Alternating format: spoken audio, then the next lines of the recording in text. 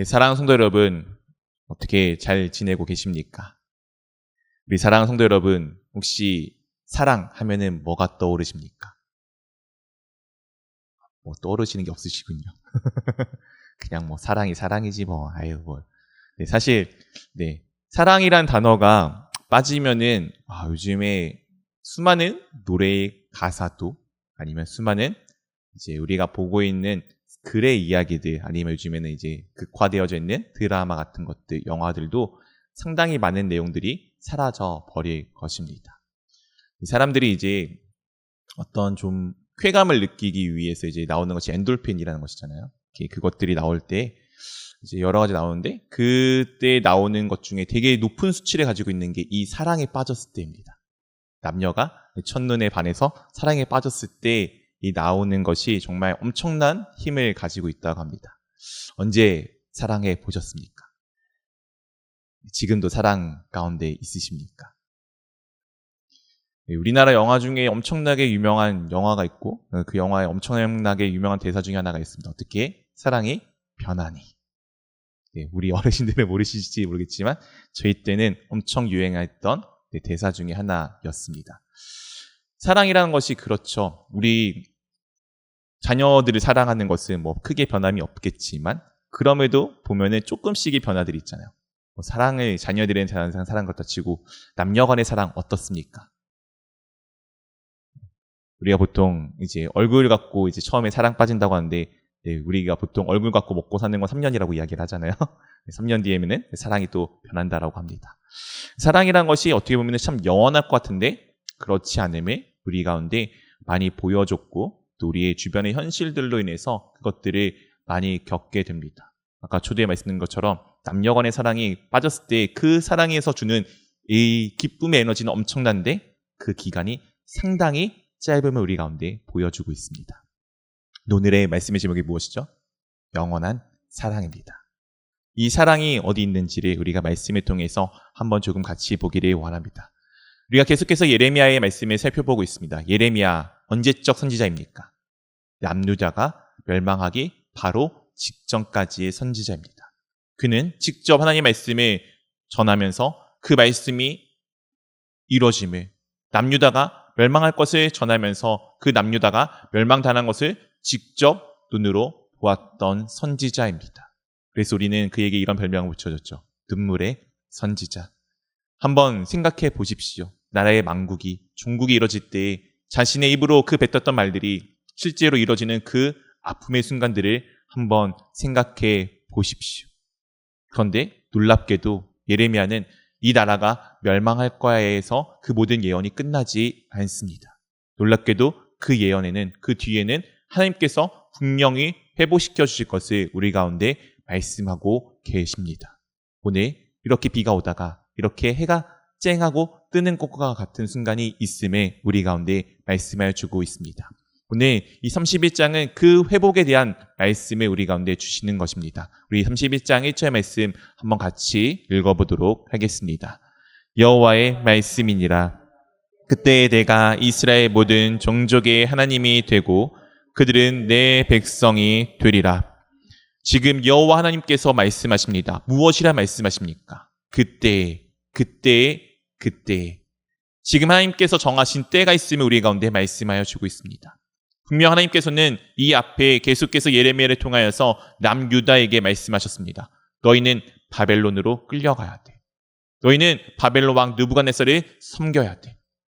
너희는 그들에게 가서 너희는 그들 가운데서 포로 생활을 해야 되를 분명히 우리 가운데 말씀하여 주셨습니다. 왜냐하면 그들이 죄로 인하여서 그 죄악의 값을 치러야 하는 시간이 필요했기 때문입니다. 그런 하나님께서는 그곳에 그들을 버려두시는 것이 아닙니다. 오늘 분명히 말씀하십니다. 그때.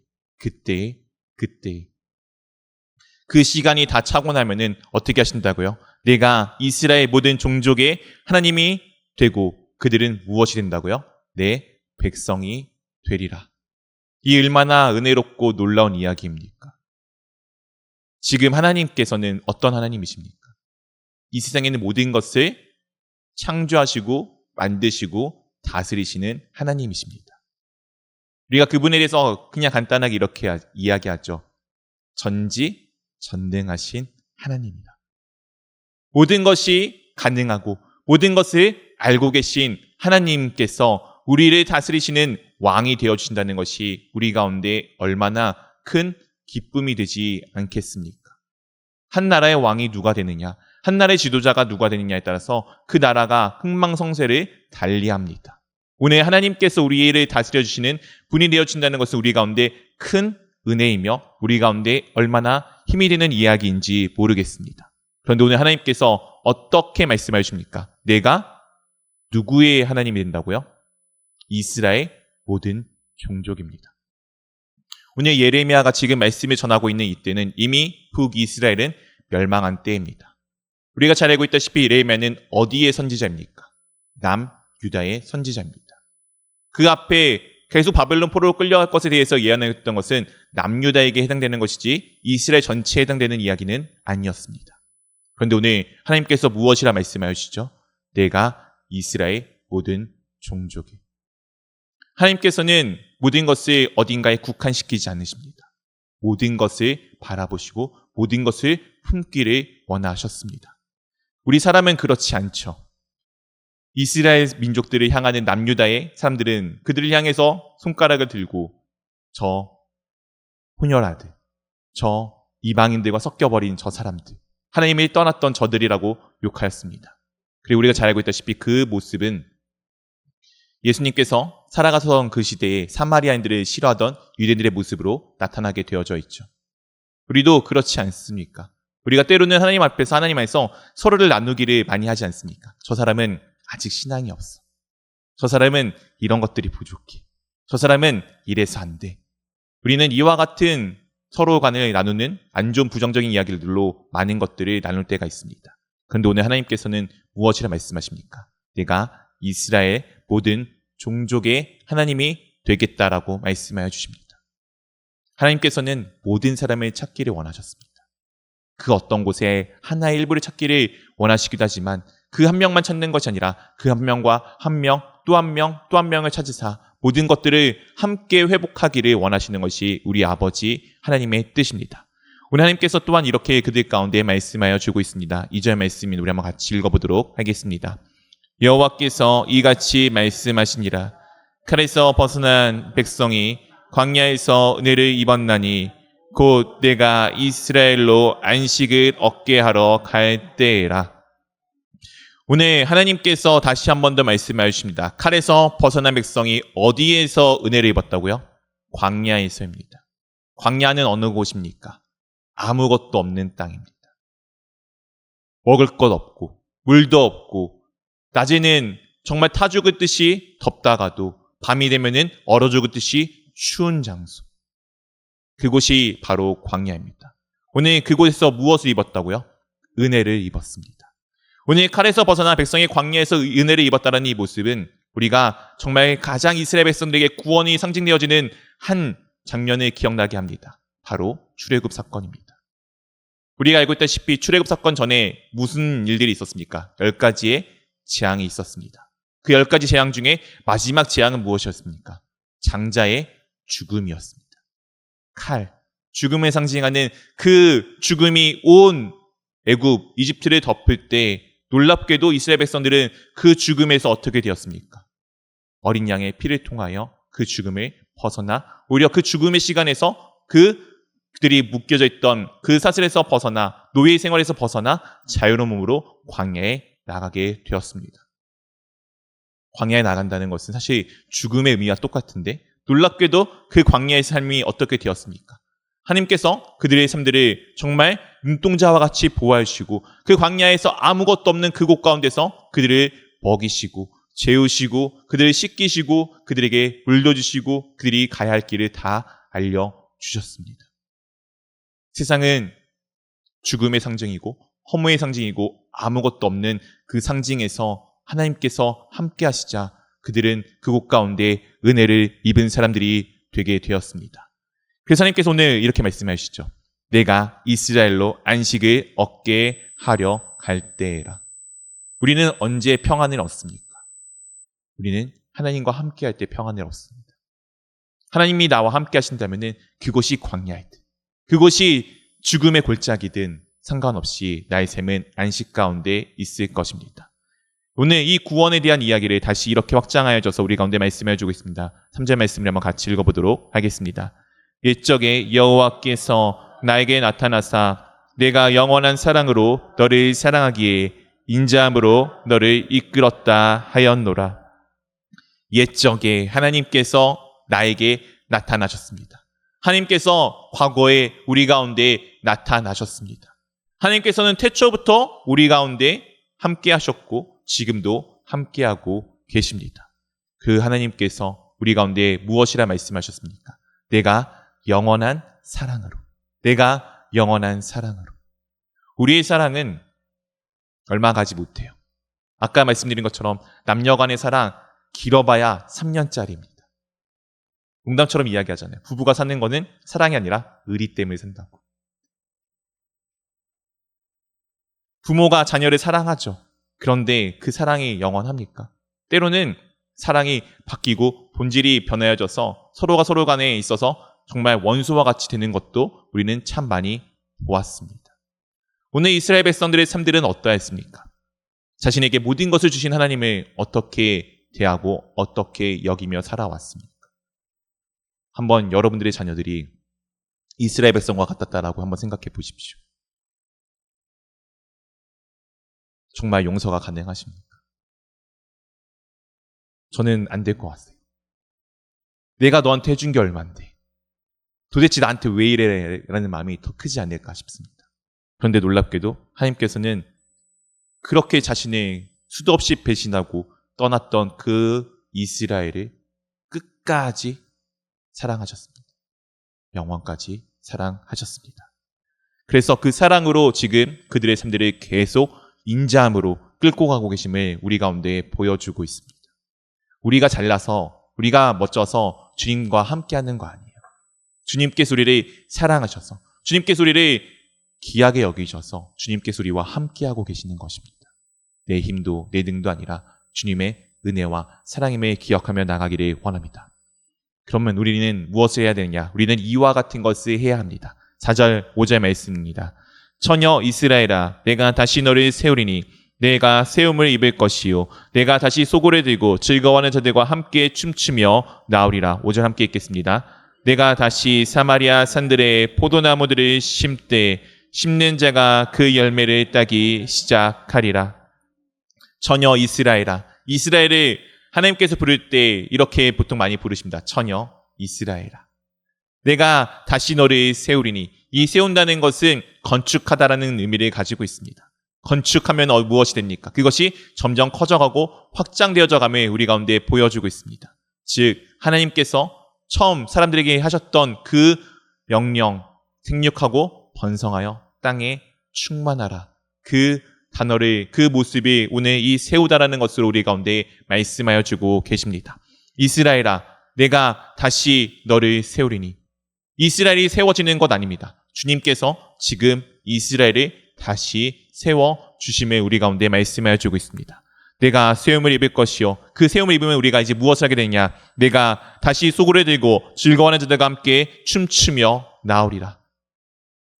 아까 말씀드린 것처럼 이스라엘 백성들이 애굽에서 나왔습니다. 그때 가장 먼저 하였던 일이 무엇이냐? 바로 미리암이 하나님을 찬양하는 모습이 우리 가운데 담겨져 있습니다. 그 홍해를 건너고 나서 미리암이 소고를 들고 하나님을 찬양하는 모습이 담겨져 있는데 오늘도 그 모습을 우리 가운데 보여주고 계시는 것입니다. 구원받은 우리가 할 것은 무엇입니까? 하나님을 찬양하는 것입니다. 하나님을 기뻐하는 것입니다. 그리고 이 기쁨 가운데 우리가 무엇을 누릴 수 있느냐? 5절 내가 다시 사마리아 산들의 포도나무들을 심되 심는 자가 그 열매를 따기 시작하리라. 이 이야기가 우리한테 있어서는 별로 와닿지 않아요. 그런데 한번 우리 과거를 한번 떠올려 보십시오. 일제강점기 때 한번 떠올려 보십시오. 내가 심는 것이 내 것이었습니까? 내가 심는 것은 내 것이 아니라 저 적국의 것이었습니다. 일상의 삶을 살아간다는 것이 얼마나 우리 가운데 은혜이고 귀한 것인지 모릅니다. 내가 노력하는 것이 내 것이 되는 순간보다 누군가가 앗아가는 것이 되는 순간들이 더 많지 않습니까? 내가 무언가 열심히 노력해서 얻어내야 되는 것들이 당연한데 그 얻어냄이 나보다는 다른 누군가의 것이 될 때가 훨씬 많은 것이 우리네 삶들 아닙니까? 그런데 오늘 무엇이라 말씀해 주십니까? 심때 심는 자가 그 열매를 따기 시작할 것에 대해서 말씀하여 주고 있습니다. 이 일상의 회복. 그런데 이 일상의 회복이 놀랍게도 어디입니까? 사마리아 산들입니다. 사마리아 산들, 북이스라엘입니다. 하나님께서 지금 유다 백성에게 하시는 말씀이 아니라 이스라엘 전체 회복을 다시 한번 이 순간에 말씀하여 주고 있음을 우리 가운데 보여주고 있습니다. 누군가 특정한 사람이 아니라 하나님 안에서 하나님이 부르시고 하나님이 찾으시는 모든 사람들을 그렇게 회복시키시고 그들이 정말 일상의 삶들을 살아나갈 수 있도록 그들이 심는 그대로 모든 것들을 얻어갈 수 있도록 하나님께서 우리 가운데 하여 주심을, 일하여 주심을, 회복시켜 주심을 말씀하여 주고 있습니다. 그리고 6절에 이렇게 우리 가운데 말씀하여 주고 있습니다. 에브라임 산 위에 파수꾼이 외치는 날이 있을 것이라. 이르기를 너희는 일어나라. 우리가 시온에 올라가서 우리 하나님 여호와께로 나아가자 하리라. 에브라임 산에서 지금 파수꾼이 외치는 날이 있을 것입니다. 그 외치는 날에 무엇 아닙니까? 예루살렘으로 올라가는, 시온으로 올라가는 하나님이 함께 하신다는 그 곳 가운데 하나님 앞에 나아가는 삶을 우리 가운데 말씀하여 주고 있습니다. 우리는 매일같이 여호와 앞에 나아가는 삶입니다. 우리는 매일같이 예수 그리스도 앞에 나아가는 삶입니다. 이게 우리 가운데 얼마나 큰 은혜입니까? 요즘엔 그렇지 않지만 아시잖아요. 우리 과거에 한번 떠올려 보십시오. 여러분 가정에서 어른들과 같이 어린아이들은 겸상을 하였습니까? 못하였지 않았나요? 저도 그런 경험이 있습니다. 어린아이들은 어린아이 상들이 따로 있더라고요. 여자들은 여자들의 상이 따로 있고 어른들은 어른들의 상이 따로 있었습니다. 저희 친할머니는 여자신데 어른이셔서 그 어른들의 남자들의 상에서 함께 식사하셨음을 보았습니다. 저도 이제 남자라서 가끔 이제 어린아이지만 그 함께 식사할 때가 있었는데 그때 그런 모습들을 한번 보면은 그 생각이 들었어요. 야, 정말 내가 만약 저 자리에 없다면은 넌 저기 가서 먹고 싶겠다라는 생각을 한 번쯤 해봤겠구나라고 생각했던 적이 있습니다. 함께 식사한다는 것, 함께 나아간다는 것, 함께 한다는 것은 그 존재와 함께 한다는 것은 우리 가운데 때로는 엄청난 권세이며 엄청난 기쁨이 될 수 있습니다. 오늘 누구 앞에 나아간다고요? 여호와 앞에입니다. 하나님과 관계를 맺고 있는 거예요. 하나님과 함께하고 있는 거예요. 하나님께서 저 멀리 어딘가에 정 동떨어진 곳에 계신 정말 보기도 힘들고 만나기도 힘들고 관계하기도 힘든 존재가 아니라 지금 매일같이 나와 함께 하신다라고 말씀해 주고 계십니다. 이것이 우리 가운데 얼마나 큰 은혜입니까? 그리고 또한 이렇게 그런 가운데 우리가 이것을 하면 좋겠습니다. 7절입니다. 여호와께서 이와 같이 말씀하시니라. 너희는 여러 민족 앞에 서서 야곱을 위하여 기뻐 외치라. 너희는 전파하며 찬양하며 말하라. 여호와여 주의 백성 이스라엘의 남은 자를 구원하소서 하라.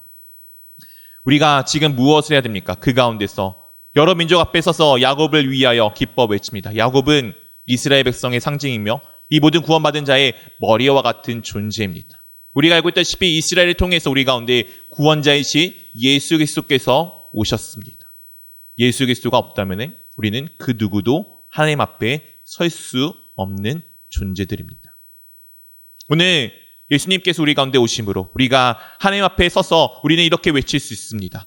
우리는 전파하며 찬양하는 사람이 될 수가 있습니다. 무엇을 전파하며 무엇을 찬양하는 것이냐? 이스라엘의 남은 자를 구원하여 줄 것을 기뻐 찬양하며 전파하는 것입니다. 이 남은 자는 누구입니까? 남은 자는 이런 것입니다.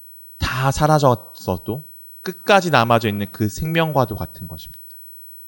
한번 생각해 보십시오. 만약 큰 산불이 났다고 생각해 보십시오. 모든 것이 다 잿더미로 되어져 있는 그 산 위에 어느덧 그럼에도 불구하고 그 안에서 조그만한 새싹이 올라오는 모습들을 상상해 보십시오. 한겨울에 모든 눈이 다 덮여가지고 다 죽어가 버린 것 같은 그 순간에 그 눈이 녹자 그 눈살을 뚫고 올라오는 그 생명을 상상해 보십시오. 오늘 이 남은 자는 그런 사람들입니다. 이 남은 자는 놀랍게도 우리입니다. 이 세상은 잿더미와 같은 세상입니다. 이 세상은 하나님을 모르는 세상이에요. 암흑이 가득하고 죽음이 가득한 세상입니다. 그런 이 세상 가운데 우리는 어떠한 존재입니까? 바로 그 생명을 가지고 그 죽음의 땅에서 모든 것이 다 타버린 그 잿더미 안에서 솟아나는 한 줄기의 새싹과 같습니다. 모든 것이 다 덮여져 죽어버린 그 눈덩이 위에 그 사이를 뚫고 올라오는 새싹과 같은 것이 우리입니다. 처음에는 연약해 보이죠. 아무것도 아닌 것 같아 보이죠. 그런데 그 새싹이 나고 자람으로 인하여서 놀랍게도 그 황폐했던 땅에 가득히 푸른 초목으로 채우는 것이 그 새싹입니다. 우리가 꿈꾸는 것은 그런 것입니다. 이 잿더미와 같은 세상에 가장 귀한 새싹 하나가 우리 가운데 떨어졌습니다. 가장 귀한 열매가 하나 떨어졌습니다. 그 열매가 무엇입니까? 우리 주님이신 예수 그리스도십니다. 이 잿빛과 같은 세상에 예수 그리스도께서 떨어지시고 그곳 가운데 심겨지시자 놀랍게도 그 씨앗 하나가 죽고 다시 깨어남으로써 부활함으로써 우리 가운데 열매를 맺으시고 그 수많은 열매들이 지금 이 온 잿빛과 같은 세상을 덮어가고 있지 않습니까? 우리가 바로 그 생명을 가진 남은 자입니다. 오늘 그 남은 자에 대해서 다시 이렇게 우리 가운데 말씀하여 주고 있습니다. 8절 9절 말씀 우리 한 절씩 번갈아 가면서 읽겠습니다. 보라, 나는 그들을 북쪽의 땅에서 인도하며 땅 끝에서부터 모으리라. 그들 중에는 맹인과 다리 저는 사람과 잉태한 여인과 해사는 여인이 함께 있으며 그 무리를 이루어 이곳으로 돌아오리라.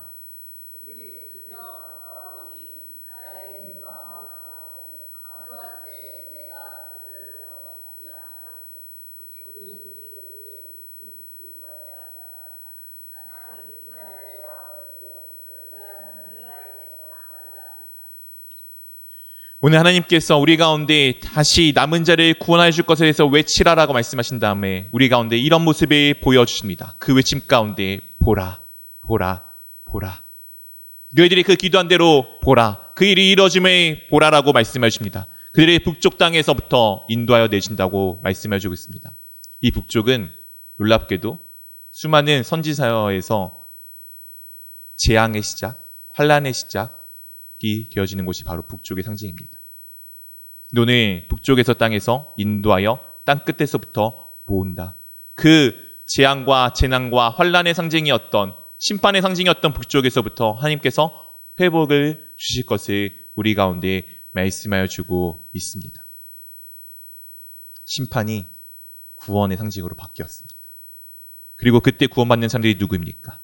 그들 중에는 맹인과 다리 저는 사람과 잉태한 여인과 해사는 여인이 함께 있으며 오늘 맹인과 다리 저는 사람 그리고 잉태하고 해사하는 여인들은 당시 시대의 가장 연약한 존재를 상징하고 있습니다. 오늘 하나님께서 그들과 그 금무리들 가운데 그들이 함께하고 계심을 분명히 말씀하여 주고 계십니다. 하나님께서는 약한 자를 잊지 아니하십니다. 부족하다고 모자르다고 버리시지 아니하십니다. 우리는 잘 버리죠. 우리는 잘 던져놓죠. 때로는 중요한 일이 있다고 그들이 저 뒤에 그냥 놓고 빨리 가버릴 때가 얼마나 많이 있습니까? 그런데 하나님께서는 그들을 놓치지 아니하십니다. 그 작은 것 하나, 그 약한 것 하나, 무엇 하나 놓치지 아니하시고 그들을 다 붙드시고 끌고 가시는 것을 우리 가운데 보여주고 계십니다. 그리고 놀랍게도 그 모두가 함께 갈 수 있는 고든 길, 바른 길, 넘어지지 아니할 길로 우리를 인도하여 주십니다. 이것이 지금 우리가 살아가는 주님의 삶입니다. 그리고 그 길 끝에는 놀랍게도 우리가 아까 그 떠올렸던 그 장면과 같이 잿빛으로 변한 이 세상 가운데 한 줄기 씨앗들이 심겨짐으로써 그 잿빛과 같은 그 세상이 푸르디 푸른 초목으로 덮여가는 그 시대, 그 순간이 지금 우리 가운데 이루어지고 있습니다. 원하기는 꿈꾸십시오. 할 수 있으면은 큰 나무가 되기를 꿈꾸십시오. 그리고 우리 다음 세대가 그 무엇보다 큰 나무가 되기를 꿈꾸어 주십시오. 네, 물론 푸른 풀도 중요하지만 큰 나무일수록 그 영향력이 얼마나 큽니까? 우리 다음 세대들이 그런 꿈을 꿀 수 있기를 원합니다. 그냥 일상의 삶도 중요하지만 그 일상을 넘어 정말 우리 주님께서 우리 가운데 찾아와 누군가의 생명을 살려주었던 것처럼 그 누군가의 생명을 살리는 사람들이 이 공동체 가운데 가득히 채워지기를. 그리하여 죽음이 죽음으로 끝나는 것이 아니라 우리 가운데 영원한 하나님의 사랑으로 인하여서 생명으로 바뀌어질 수 있도록 그렇게 하나님이 우리를 사랑하심을 이 잿빛과 같은 세상 가운데 복음을 들고 전할 수 있는 우리 공동체 될 수 있기를 위해서 기도하고 또 축원드립니다.